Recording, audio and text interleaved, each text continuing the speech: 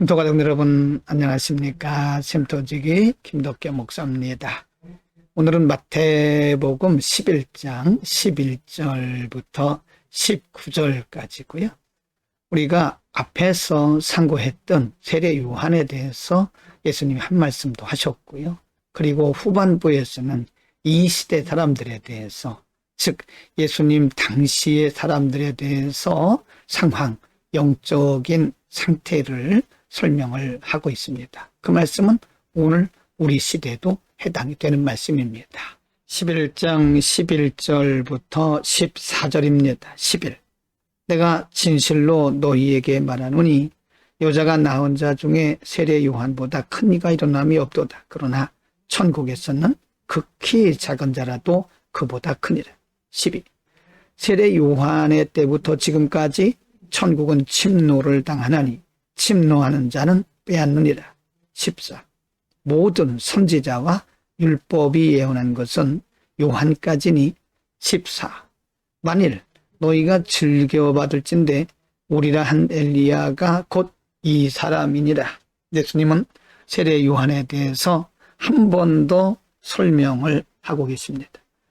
세례 요한에 대해서 예수님은 여자가 낳은 자 중에 가장 큰 자라고 말씀을 하시고, 그러나 천국에서는 아주 작은 자라도 이보다 크다라고 말씀하시면서 하나님의 말씀대로 사는 자의 가치를 말씀하고요.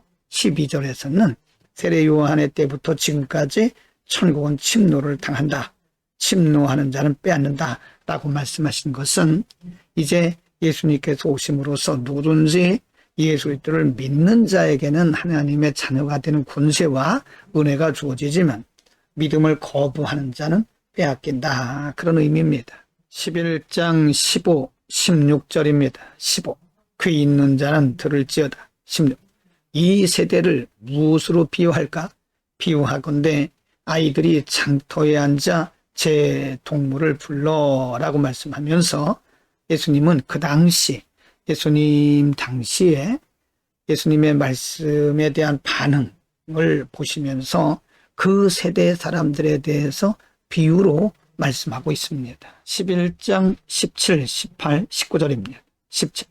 이르되 우리가 너희를 향하여 피리를 불어도 너희가 춤추지 않고 우리가 슬피 울어도 너희가 가슴을 치지 아니하였다 함과 같도다. 18. 요한이 와서 먹지도 않고 마시지도 아니하매 그들이 말하기를 귀신이 들렸다 하더니 19. 인자는 와서 먹고 마시며 말하기를 보라 먹기를 탐하고 포도주를 즐기는 사람이요 세리와 죄인의 친구로다 하니 지혜는 그 행한 일로 인하여 옳다함을 얻느니라. 예수님은 복음을 전하시면서 반응을 보이지 못하는 그 시대 사람들에 대해서 답답함을 이렇게 표현을 하고 있습니다. 피리를 불어도 춤추지 않고 슬피 울어도 가슴을 치지 아니할 만큼 시대의 사람들은 영적으로 무딘 사람들이다. 영적으로 무뎌져 있다는 사실을 말씀하면서 예수님의 복음을 그리고 예수님 자신을 거부하는 시대 사람들을 한탄하고 있는 겁니다. 오늘은 예수님께서 비유를 통해서 당시대 사람들의 영적 반응을 말씀한 장면을 상고했습니다.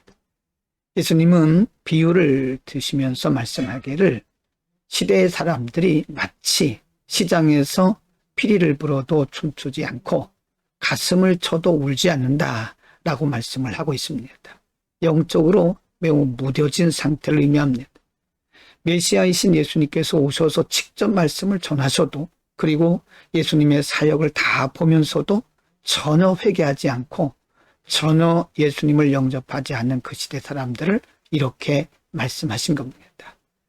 여러분 우리가 살고 있는 시도 마치 이와 같습니다. 그리스도의 복음이 증거되지만 많은 사람들이 반응이 없습니다. 오히려 거부합니다.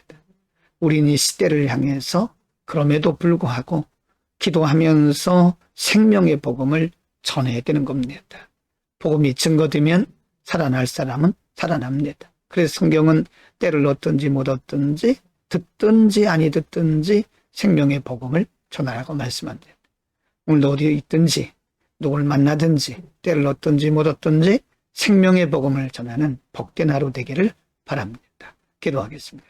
거룩하신 아버지, 오늘도 우리에게 주신 귀한 말씀 신비에 새기고 이 시대 사람들이 비록 복음에 대해서 거부하고 반응이 없을지라도 주님, 우리가 들을 만한 사람들에게 복음을 전하고 때를 얻든지 못 얻든지 듣든지 아니 듣든지 복음 전하는 전도인의 삶을 살게 하옵소서. 예수 그리스도의 이름으로 기도드립니다. 아멘.